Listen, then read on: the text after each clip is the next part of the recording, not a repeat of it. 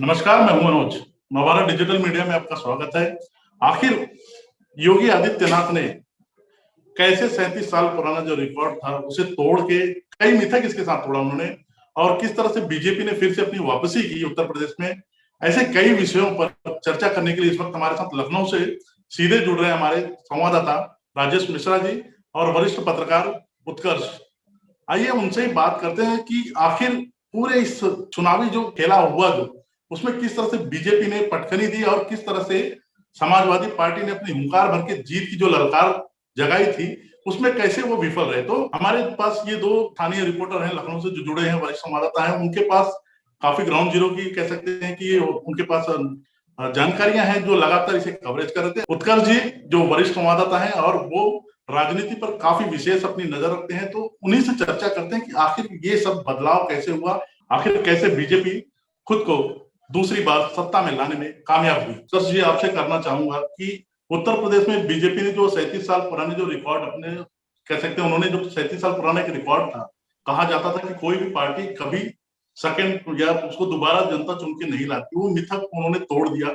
किस नजरिए से आप देखते हैं और क्या कहेंगे आप उसके? नहीं, बहुत सारे मिथक टूटे हैं इस चुनाव में, बहुत सारे मिथक टूटे हैं। एक तो ये जो आप बात कह रहे हैं कि कोई पार्टी रिपीट नहीं करती थी यहाँ पर, वो सबसे बड़ा मिथक है। दूसरा मिथक ये भी टूटा है कि उत्तर प्रदेश में एक बात कही जाती थी कि जो मुख्यमंत्री नोएडा जाता है वो दोबारा नहीं चुनाव जीत पाता है, वो भी मिथक टूट गया। बहुत सारे मिथक टूटे हैं। किसान आंदोलन से बदलने वाले वोटों का मिथक टूटा है। लेकिन जो इंटरेस्टिंग बात है इस पूरे चुनाव में वो ये देखने की है कि चुनाव के बीच में समाजवादी पार्टी ने बहुत वोट गेन किया। मतलब पिछले चुनाव के आधार को अगर देखें आप, तो वो अपने अलायंस के साथ मिलकर करीब 11% वोट गेन किया है, प्लस किया है समाजवादी पार्टी ने। और उसके बाद भी वो चुनाव हार रही। मतलब आमतौर पर अगर कोई पार्टी 9-10% से ज्यादा गेन करती होती तो उसको स्वीप करना चाहिए। लेकिन जो फैसला हुआ है वो इस बात पे आके टिक गया है कि सपा ने गेन तो कर लिया 11%, लेकिन बीजेपी के वोट को कम नहीं कर पाई, बीजेपी के पॉकेट से निकाल नहीं पाई। तो उसका नतीजा ये हुआ कि बीजेपी भी जो है वो भी 1% गेनर की है, 1% गेनर वो भी है। तो नतीजे जो दिख रहे हैं, अच्छा फाइट कितनी क्लोज है इसका सिर्फ अंदाजा आप इस बात से लगाइए कि 2 सीट ऐसी अभी तक डिक्लेयर हुई हैं जिनका जीत का मार्जिन 305 और 312 रहा जी। हालांकि एक तरफ नोएडा में पंकज सिंह ने भी एक रिकॉर्ड बनाया है। 1,75,000 वोट आज तक भारत में कोई नहीं पाया था विधानसभा का, मतलब लीड 1,75,000 की लीड से जीते हैं पंकज सिंह। वो भी एक रिकॉर्ड बना है इस चुनाव। शरद पवार जी का रिकॉर्ड तोड़ा है। तो हाँ, अजीत पवार रिकॉर्ड तो बन गया ना, ऑल टाइम हाई है ये मार्जिन। लेकिन दूसरी तरफ 300 वोट से जो है सीटें लूज कर रही है समाजवादी पार्टी। तो अच्छा, अभी भी बहुत सारी ऐसी सीटें हैं जो इस वक्त भी दिख रही हैं, वो यही दिख रही है कि मार्जिन जो है वो 1,000-1,200 मतलब 2,000 के नीचे है, बहुत छोटे छोटे मार्जिन से। अब ऐसी स्थिति में इस चुनाव की गंभीरता को समझना जी। और इस चुनाव की गंभीरता इस तरह से समझी जा सकती है कि देखिए, मैं जो देख पा रहा हूं वो एक मेजर शिफ्ट हुआ है उत्तर प्रदेश के पॉलिटिकल ग्रामर में, या जो शिफ्ट किया है बीजेपी ने कि चुनाव के पहले आप जगेंगे तब काम नहीं होता। 2014 से आज 2022 तक राउंड द क्लॉक 24/7 बीजेपी का इलेक्शन मैकेनिज्म काम करता रहा है। बीजेपी को पार्टी के साथ साथ आरएसएस, बीएचपी या जो दूसरे सपोर्टिंग ऑर्गेनाइजेशन है उनका कैडर प्लस करता रहा है, उनका कैडर लगातार काम करता रहा है। दूसरी पार्टियां चुनाव के 6 महीने पहले से कैंपेन में जाती हैं या 1 साल पहले से कैंपेन में जाती है। तीसरी बात, डायरेक्ट बेनिफिट स्कीम्स जो आई हैं, जो मोदी सरकार ने चलाई है, जिसमें खातों में सीधा पैसा जा रहा है, जो बेनिफिशियरी है मकान का, जो बेनिफिशियरी है राशन का, ये एक इकोनॉमिक वीकर सेक्शन के भीतर एक लाभार्थी का वोट बैंक जनरेट हो गया। तो यही वजह, 2 वजह है जिसकी वजह से बीजेपी अपने वोट को बिखरने से बचा ले गई हालांकि तब जब समाजवादी पार्टी 11% गेन कर रही थी, अगर बीजेपी सपोज कीजिए 5% का भी स्विंग आता बीजेपी के भीतर या 4% का भी स्विंग आता माइनस जी में, जी तो ये नतीजे कहीं और चले जाते। तो उनको वोट बचाना था, सिर्फ बचाना था, उसकी लड़ाई थी, और इनको वोट गेन करना था और उनके वोट को तोड़ना। तो गेन तो कर लिया, तोड़ दो। बिल्कुल। जैसे कि आपने बताया उससे साफ लग रहा है कि अगर बीजेपी खेमे में अगर इस बात की खुशी है कि उन्हें सत्ता वापस ही मिल गई है, लेकिन मेरे हिसाब से और जैसे कि आपने बताया कि समाजवादी पार्टी का भी जो परफॉर्मेंस रहा है वो काफी बेहतरीन रहा है पिछले बार के मुकाबले से। राजेश जी, मैं आपसे सवाल पूछना चाहूंगा। आप ग्राउंड से रिपोर्टिंग कर रहे हैं, लगातार आपकी पूरी पैनी नजर बनी हुई सभी पार्टियों पे, सभी दलों पर। आखिर आपको कहाँ लगता है कि ऐसी क्या कमी रह गई जहां से अखिलेश यादव के हाथ से ये सत्ता की चाबी छीन गई और बीजेपी ने फिर से वापस ही किया? लेकिन जिस तरह से आप बताए, मैं उस पर एग्री करता हूं कि उनके जो कह सकते हैं कि परफॉर्मेंस है पिछले बार के मुकाबले इस बार बहुत बेहतरीन है। लेकिन कुछ कमियां जो आपको लगती है कि जहां पर समाजवादी पार्टी के हाथ से कुछ ना कुछ तो कह सकते हैं कि जो मिस्टेक है, कुछ कह सकते हैं कि कोई कमी रही हुई जो जनता शायद उसे स्वीकार नहीं कर पाई। देखिए, सबसे बड़ी चीज है कि इसमें जो समाजवादी पार्टी का जो पास्ट का रिकॉर्ड रहा है, जो उनके आपराधिक और गुंडों वाली छवि की एक बनी हुई थी, साथ ही लास्ट में कुछ जगहों से जो यादव बाहुल्य इलाके थे वहां से यादवों के कुछ अपने पुराने फॉर्म में लौटने की भी खबरें आई थी। जी साथ जब पूरब में जैसे जैसे लड़ाई बढ़ी है, तो 2 या 3 चरण के पहले जिन मुख्तार के खिलाफ को आगे करके भारतीय जनता पार्टी अपना चुनाव की हार दे रही थी, जी उन्हीं मुख्तार के लड़के उनने खुले मन से बयान दिया अखिलेश यादव का नाम लेकर के कि हम अखिलेश भैया से बात करके आए हैं जी जी कि बिल्कुल सरकार बनने के बाद किसी भी अधिकारी का तबादला नहीं होगा और 6 महीने यहीं रहेंगे, पहले हिसाब होगा तब तबादला होगा। बिल्कुल। ये वीडियो इस काफी वायरल भी हुआ था राजेश। हाँ जी जी, इसका ठीक ठाक रिएक्शन देखने को मिला। साथ ही पश्चिम में जब किसान आंदोलन, जाट जाटों और मुस्लिम की जो एक यूनिटी की बात सामने आ रही थी, वह बनाने में न आरएलडी के जयंत चौधरी और न अखिलेश यादव कामयाब रहे। वजह उसकी तमाम है। उसके उसके सबसे बड़ा कारण है कि जो उसके मुस्लिम और यादव बाहुल्य क्षेत्र हैं, चाहे वो पश्चिम में हो चाहे पूरब में हो, जो सपा के द्वारा प्रताड़ित हुए थे पहले, वह उससे नहीं उबर पाए हैं। एक चीज। दूसरी चीज, जब ये चीज पूरब में आती है, पूरब में जो भारतीय जनता पार्टी का घर के भीतर सेंध लगाने वाली, अगर कह सकते हैं, अपनी योजनाओं के विकास की योजनाओं के जरिए या सुशासन के जरिए, आप उसको कुछ भी अब परिभाषित कर सकते हैं, उसके जरिए जो एक एक परिवार के मतों में सेंध लगाने का काम किया है, उसको तोड़ने में या उसको परखने में अखिलेश यादव का कहीं कहीं विफल रहे, जिसके चलते आज उनको यह स्थिति देखने को पड़ रही है। जी जैसा अभी उत्कर्ष जी ने बताया कि अपना वोट उन्होंने गेन किया, लेकिन वोट मत प्रतिशत आया कहां से? भाजपा से निकल कर जो आने की बजाय वो सपा और बसपा, सॉरी, कांग्रेस और बसपा से गया है टूट करके। 6% कांग्रेस रही पिछले चुनाव में, जी आज मेरे ख्याल से 2% ही बची है। जी बिल्कुल बिल्कुल। आप बसपा की कमोबेश स्थिति यही रही थी, बसपा लूजर ही बनी गई। आज की आज मैं अभी काउंटिंग के दौरान ही 2 सीट पे बसपा लीड कर रही थी, और अभी जुमा जुमा चंद दिन पहले राजा भैया की पार्टी 2 सीट को भी लीड कर रही है। तो जी यह मत तो उसके साथ जुड़ करके उसका परफॉर्मेंस थोड़ा सा बेटर तो किए, लेकिन जहां इनको सिंध लगाने की इनकी पूरी जुगत थी उसमें ये फेल। उसके पीछे जो मेरा अपना मानना है, अपना लोगों से बातचीत में मैं उसमें एक एग्जांपल भी कोट करना चाहूंगा इस जी संदर्भ में।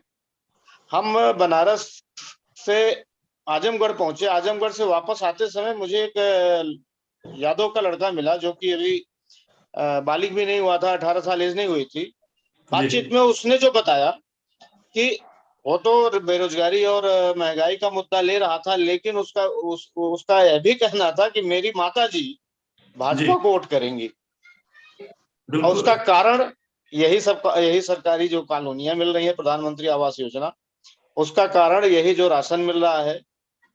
जिस परिवार को महीने का 50 किलो अनाज मिल जाएगा, वो खाएगा भी, बेचेगा भी, उसको न खाने की चिंता है न जेब खर्च की चिंता है।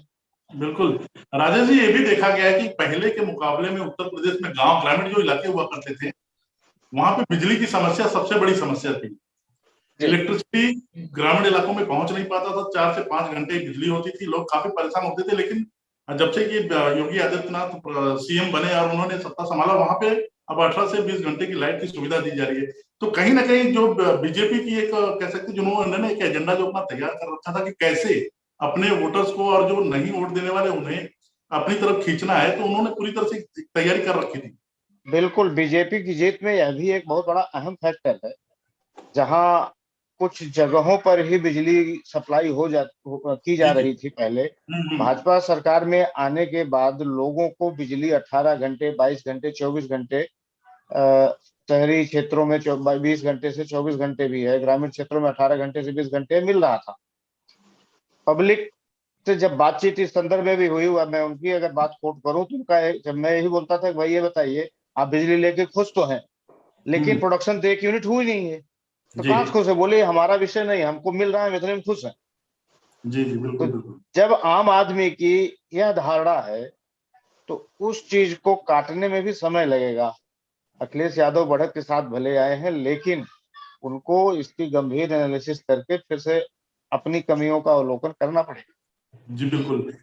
मेरा सवाल आपसे है कि इस बार हम लोग ने देखा काफी कि उत्तर प्रदेश के इस बार के चुनाव में सपा और बीजेपी के बीच में घमासान मचा हुआ था, लेकिन इस पूरे घमासान के बीच में मायावती जो थी वो कहीं ना कहीं गायब थी। कह सकते हैं कि जिस तरह से पहले उत्तर प्रदेश के हम चुनाव के माहौल देखा करते थे, तो लड़ाई किसके सपा और बसपा के बीच में देखा जाता था, बीजेपी भी होती थी उसमें। लेकिन इस बार की जो कह सकते द्वंद हुआ, उसमें साफ तौर पे हमने देखा कि मायावती पिछले बार के मुकाबले इस बार काफी शांत थी। इसकी वजह क्या है, आप बता सकते हैं? नहीं, एक तो मायावती की स्थिति जो है, काफी दिनों से ये देखा जा रहा है कि वो कहीं ना कहीं दबाव में, जी, वो कहीं दबाव में है। इसलिए जिस आक्रामक शैली की राजनीति मायावती करती थी, जो उनका संगठन जिस तरह से काम करता था, वो नहीं दिखा। दूसरा, उनके संगठन के बहुत बड़े बड़े नेता समाजवादी पार्टी में शामिल है, तो एक बड़ा फर्क उस पर पड़ गया। तीसरा, एक मैसेज कहीं ये चला गया कि मायावती को वोट देने का मतलब कि बीजेपी की मदद करना। और चौथा ये कि मायावती का जो केमिस्ट्री थी ना, उसको देखिए, वो केमिस्ट्री क्या थी? उनका कोर दलित वोट, उसके साथ मुस्लिम वोट, और फिर प्लस वो जो भी जिसको जुटा लेती थी या जो कैंडिडेट होता था, तो मुस्लिम वोटर्स ने अपने आप को बिल्कुल अलग कर मायावती से। दूसरा, दलितों के बीच में भी जो गैर जाटव दलित थे, उन्होंने भी बिल्कुल अपने आप को अलग कर लिया। वो अलग अलग जगहों पे चले गए, अलग अलग वजहों से चले गए। तो मायावती के पास बचा, अच्छा, मायावती विश्वास ही नहीं दिला पाई कि वो बीजेपी के साथ सामने एक चुनौती लेने वाली है। वो चुनौती देती हुई दिखी ही नहीं। तो ऐसे में उनका निराश वोटर और जो माइनॉरिटी जो बहुत परेशान था बीजेपी के उससे, और पिछली बार वोट बंटने का वो उसके ऊपर इल्जाम था, वो तो ये सब मिला जुला के मायावती का काम उत्तर प्रदेश में सिमट गई, उनकी दुकान सिमट गई। अब एक जो बात आप पहले भी कह रहे थे, ये सही बात है कि पोलराइजेशन उस तरह तो नहीं हुआ जिस तरह से 2017 में हमने देखा था या जो 2019 में देखा था, लेकिन एक जरूर पोलराइजेशन था कि यादव मुस्लिम गठजोड़ जो बन रहा था और जिसकी चर्चा भी बहुत ज्यादा हो रही थी, यादव मुस्लिम गठजोड़ की चर्चा मजबूत होने से बीजेपी के साथ जो दूसरी जातियां थी, जिसका बेस हिंदुत्व था, लेकिन अदर ओबीसी जो थी वो वहां से हटी नहीं। और ऐसा कराने में, ऐसा विश्वास दिलाने में, हालांकि अखिलेश यादव ने टिकट बंटवारे में यादव को बहुत कम वोट दिया था, सीटें दी थी, मुसलमानों को बहुत ज्यादा सीटें नहीं दी थी, बावजूद उसके वो ये विश्वास नहीं दिला पाए कि ये कंपोजिशन पुरानी समाजवादी पार्टी से नई समाजवादी पार्टी के बीच का एक शिफ्ट है। और उसका नतीजा ये हुआ, वो विश्वास नहीं होने की वजह से जो दूसरी जातियों का इनके साथ जुड़ाव होना था वो नहीं हुआ। आखिरी बात ये थी कि जो मध्य वर्ग था जी वो निराश है, बेरोजगारी का बहुत चर्चा हुआ, लोगों के तकलीफ की बहुत चर्चा हुई, कोविड की बहुत चर्चा हुई, सब कुछ चर्चा हुई। बावजूद उसके मध्य वर्ग बहुत खिसकता हुआ नहीं दिखाई दिया बीजेपी से।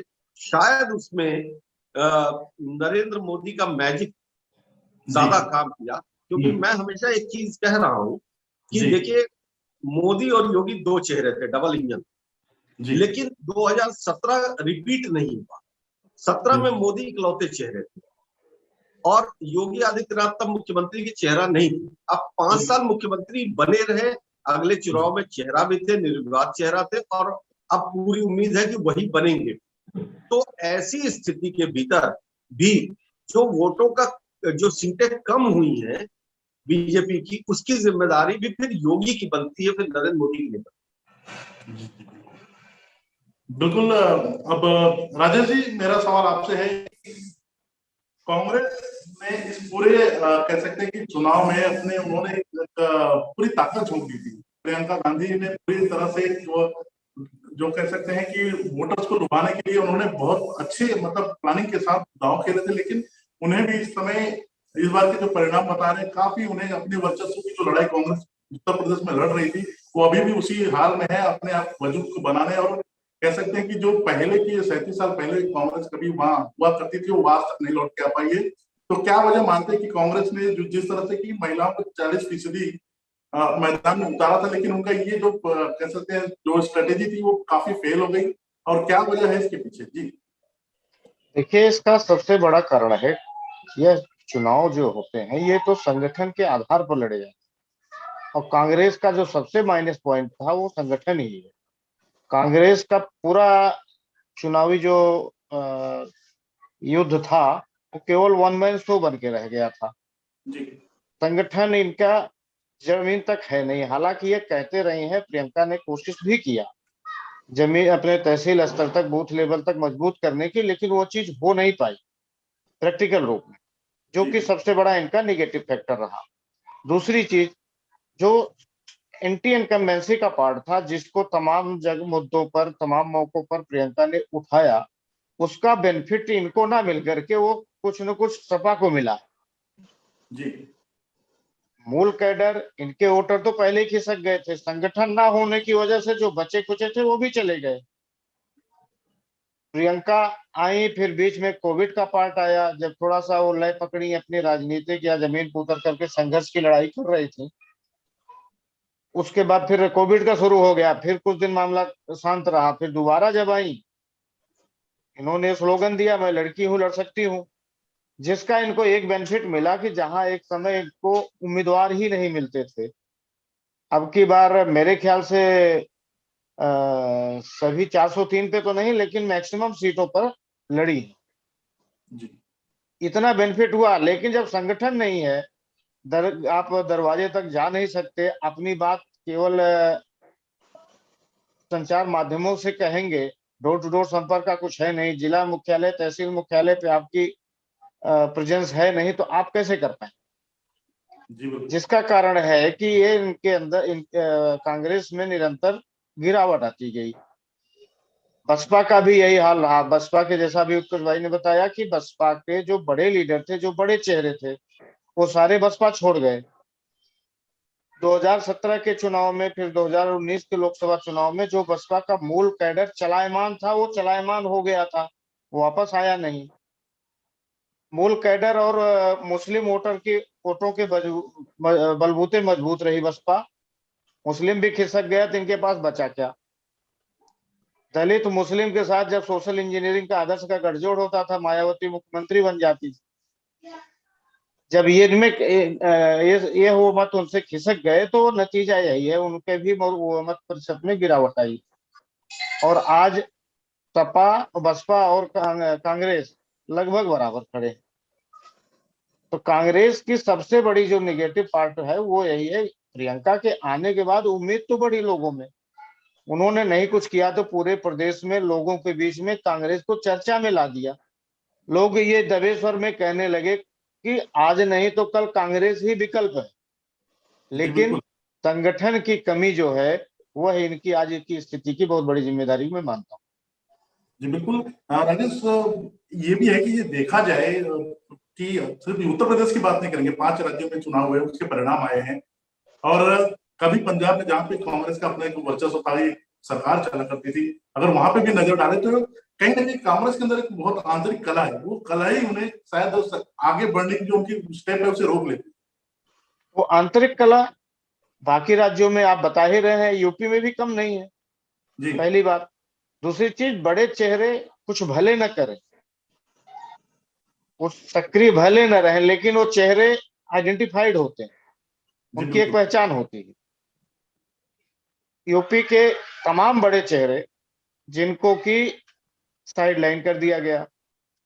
अभी हम जब इस चुनाव में टहल रहे थे तो मुझे कई पुराने कांग्रेसी लोगों ने बताया कि उनके प्रत्याशी जो पुराने आज भी कांग्रेस में जुड़े हुए, उन लोगों को टच जी नहीं कर सके। तो अब आप जिनको इन्होंने टिकट दिया उनकी गंभीरता को भी समझ सकते हैं।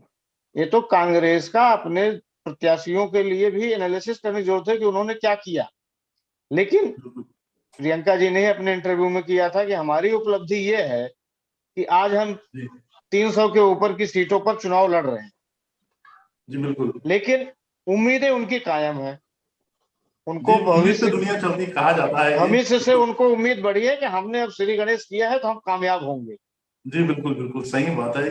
अब मैं आखिरी सवाल उत्कर्ष जी से पूछना चाहूंगा।